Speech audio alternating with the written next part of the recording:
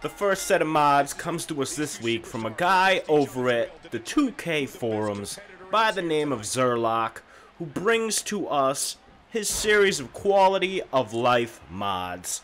This is a package of 3 different mods. You see the first one on the screen now at the beginning of the match, which adds new icons to the rock, paper, scissors mechanic at the beginning of each match if you're using the new chain grapple system, which makes it a little more understandable why you won or lost that initial beginning grapple, since it was not very clear in the initial release of the game. Up next, you'll notice this is something I personally don't use because I have the reversal indicators turned off, because for me, the game's way too easy. Because I've been playing this thing for, what, 12 years now? But to anybody who's new to the series or having problems with reversals, since this game is a reversal fest, you might want to check out his glowing reversal icon buttons. Now here I have the blue one activated because it kind of matches all my already glowing blue shit that I have on my computer. So I use the Tron blue one.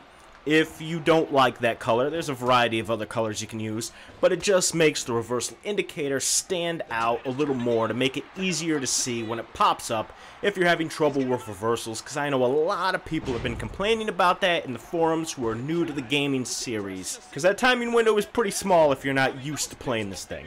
Next, this is probably the most important thing for me that he's fixed: the color of the indicator bars in the stamina and the damage portion of your HUD.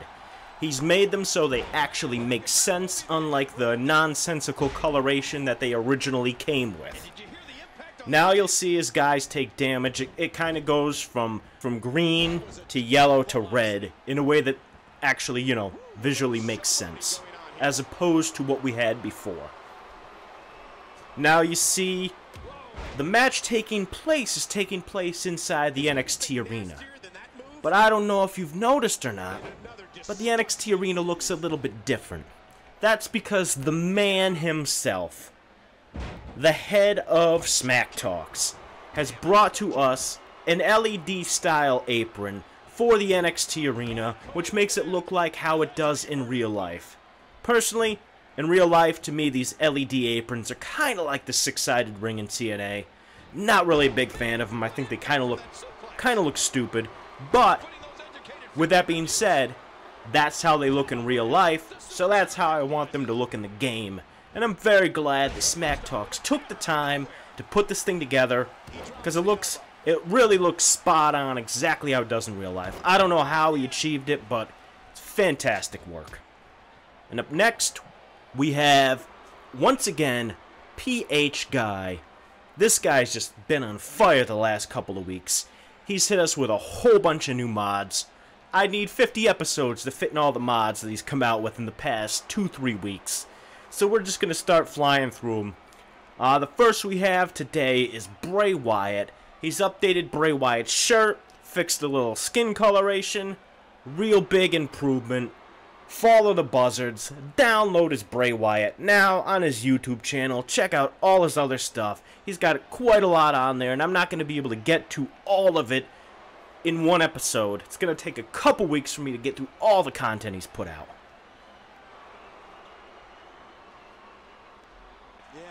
You heard me bitching and complaining before about how bad I thought Chris Jericho's model in the game looked. Well, PH Guy has fixed Y2J, so he actually looks acceptable now. Skin color fixes, a bit of tweaks here and there, and he's upgraded Y2J's trunks to say 2015 instead of 2014. Big change if you're somebody like me who that really fucking bothers. Also, he's added a new jacket to Y2J's entrance, so if you're tired of the old, want something fresh, you can download that. He's also got the old jacket there if you prefer the old look.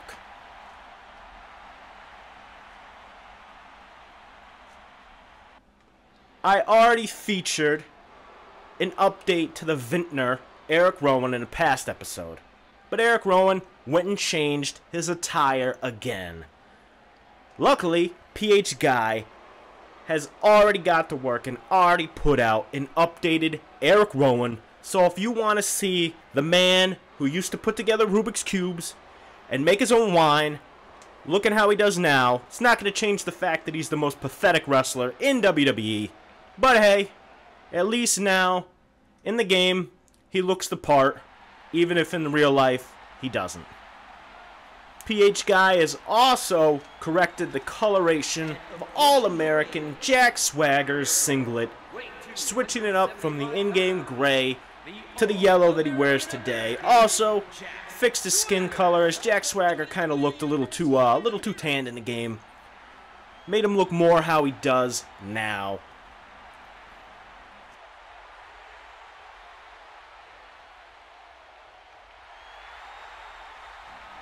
And last week I featured PH Guy's Dolph Ziggler mod.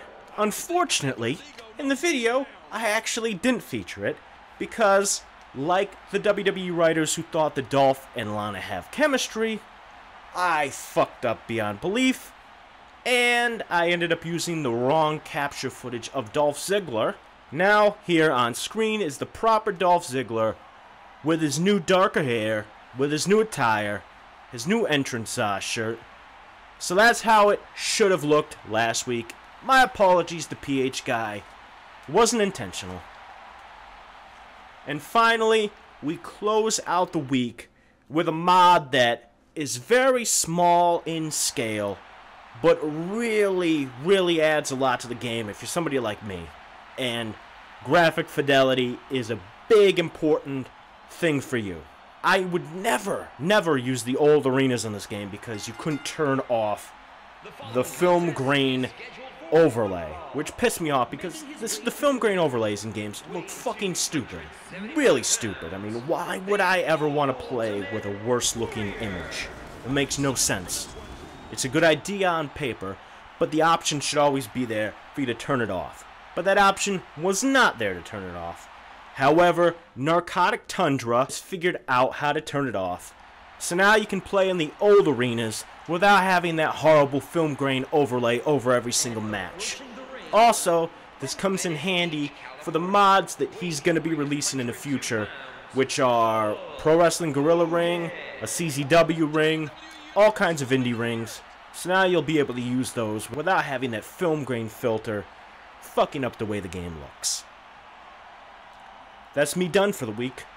I'll be back next week with a very special edition of this show.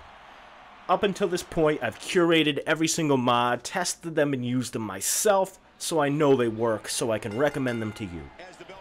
But there's been some gigantic mods that have hit the scene lately that I simply don't have the ability to test on my own, but I think you guys might be interested in. So the next episode is going to be a special episode featuring paid mods, the tools of the modding community, as well as some of the more advanced mods that I can't use because they'd mess up my universe mode. Alright, so be on the lookout for that. Also, I'm going to be starting up a Let's Play series for my universe, showing you guys how my stat tracker can be incorporated into how you play this game to get the most out of it. Also, my universe Let's Play is going to feature all the mods that I use, so if you're interested in seeing how the mods work in-game, beyond the small clips that I'm able to show in this condensed format, then you'll want to check out my Let's Play series. Have a good week, guys.